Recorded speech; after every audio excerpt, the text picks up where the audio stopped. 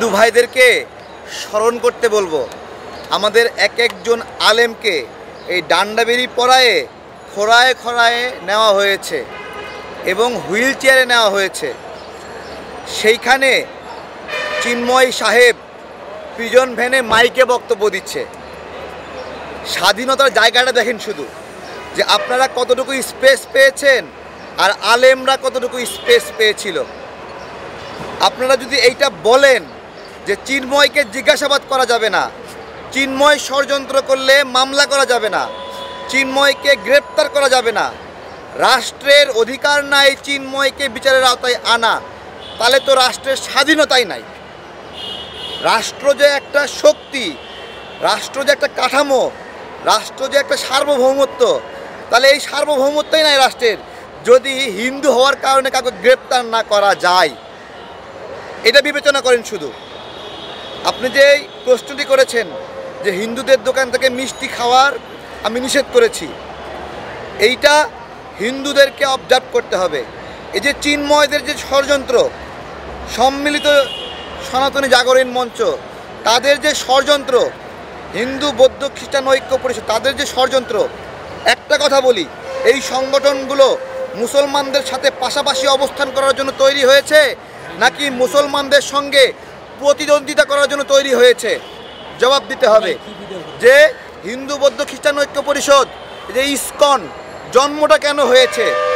মুসলমানদের সাথে সহযোগিতাপূর্ণ সহাবস্থানের জন্য নাকি প্রতিযোগিতা করার জন্য? আর প্রতিযোগিতা করলে, প্রতিদ্বন্দ্বিতা করলে শান্তি প্রতিষ্ঠা হয় নাকি অশান্তি প্রতিষ্ঠা হয়? এইখানে হিন্দুরা সবচেয়ে বেশি ক্ষতিগ্রস্ত হবে একটা কেওয়াজ লাগলে। একটা রাস্তাঘাটে চলতে গেলে আমার নিরাপত্তা কি, হিন্দুদের নিরাপত্তা কি, এই বিষয়গুলো বিবেচনা করতে হবে। যেই সম্মিলিত এদের সনাতনী জাগরণ মঞ্চ বা ইসকন 8 দফা দাবি করছে, তাই তো? আমার প্রশ্ন হলো, এই 8 দফার মধ্যে বিশ্বজিৎকে যে কুপায়ে হত্যা করছিল সেই দফা আছে? আমি বলতেছি, দেখেন, তারা কি কখনো দাবি করছে বিচার? তারা কি কখনো সুনামগঞ্জের দিরায়ে এই যে হিন্দুদের বাড়ি যুবলীগ নেতা আওয়ামী লীগ নেতা ঘুরাই দিল, দাবির মধ্যে আছে ওর বিচার? দাবির মধ্যে নাসিরনগরে আওয়ামী লীগ নেতারা হিন্দুদের বাড়ি জ্বালায় পোড়াই দিল, আছে তার বিচার দাবি? সৈকত 20টা বাড়ি পুরাই দিল রংপুরে, হিন্দুদের বাড়ি পুরাই দিল ছাত্রলীগ নেতা, তাদের ওই 8 দফার মধ্যে এই ছাত্রলীগ নেতার বিচার দাবি করার বিষয়টা কি আছে? জিজ্ঞাসা করছি। তারা উত্তর দিতে পারবে না। তাদের যে 8 দফা কি তারা নিজেরাও জানে না। 8 দফার মধ্যে আছে শেখ হাসিনা হেলিকপ্টার থেকে বাচ্চা শিশু হিন্দুকে গুলি করে হত্যা করেছে, তারা উত্তর দিতে পারবে? তারা তো শেখ হাসিনা ক্ষমতা থাকায় অবস্থায় শেখ হাসিনাকে তো বিব্রত করেনি, এখন কেন বিব্রত করছে? এখন কেন সরকারকে বিব্রত করছে? এই সরকারকে হিন্দুদেরকে অসহযোগিতা করেছে? আগে হিন্দুদের পূজা হতো যতগুলো পূজা মণ্ডপে, তার চেয়ে এই ইউনূস সরকারের সময়ে 50টি মণ্ডপে বেশি পূজা হয়েছে। তাহলে ক্যাসালটা কেন? জিজ্ঞাসা করছি। এই ক্যাসালে হিন্দুরা ক্ষতিগ্রস্ত হচ্ছে কিনা, হবে কিনা সামনে বলেন। আমার মুখে বলতে হবে না। যখন দেখবে যে মুসলিমরা, আমরা তো বলতেছি কোনো মুসলিম ভাই কেউ লাঠি নিয়ে কোনো প্রতিবাদ করবেন না। গতকালকে আমরা মশাল জ্বালাইছিলাম, জ্বালানোর পরে মনে হলো যে জালো জালো স্লোগানটা আমরা দেব না, মশালটা আমরা জ্বালাবো না, মশালগুলো নিভাই দিয়ে মোমবাতি হাতে নিয়ে বলছি যে আলোর মিছিল, শান্তির মিছিল। ব্যানারে পর্যন্ত লিখিনি যে সনাতনীরা হলো একজন ভাইকে, আমাদের ভাইকে জবাই করে হত্যা করেছে। আমরা ব্যানারে লিখি না এটা, আমরা লিখছি সাম্প্রদায়িক সম্প্রীতি বিনষ্টের ষড়যন্ত্র লিখছি, হিন্দুদের নামও লিখিনি, সনাতনীদের নামও লিখিনি। অথচ এই হামলার আগে ফেসবুকে আহ্বান জানাইছে সনাতনীরা সবাই চট্টগ্রাম কোর্ট প্রাঙ্গণে আসেন, হিন্দুরা সবাই কোর্ট প্রাঙ্গণে আসেন, আজকে একটা দফা রফা হবে। ভাই দফা রফা কী করবেন? ওই যে ভারতে বসে শুভেন্দু মানে হুমকি দিচ্ছে, হ্যাঁ হুমকি দিচ্ছে, হুঁশিয়ারি দিচ্ছে আমাদের বিরুদ্ধে যে তারা কি সব করবে, সীমান্ত বন্ধ করে দেবে। আমি বলি সীমান্ত বন্ধ করলে শুভেন্দু কলকাতার মানুষ তোমারে পিড়ায় মারবে। এমনিতেই বাংলাদেশিরা না দেওয়ার কারণে তোমরা খাইতে পারো না, দোকানদাররা মাছি মারতেছে, বলে না, নিউজ দেখছেন না? তাহলে যদি সীমান্ত বন্ধ করে, বেচা কেনা বন্ধ করে, তাহলে শুভেন্দুকে পিড়ায় মারবে কারা? কলকাতার মানুষরাই পিড়ায় মারবে।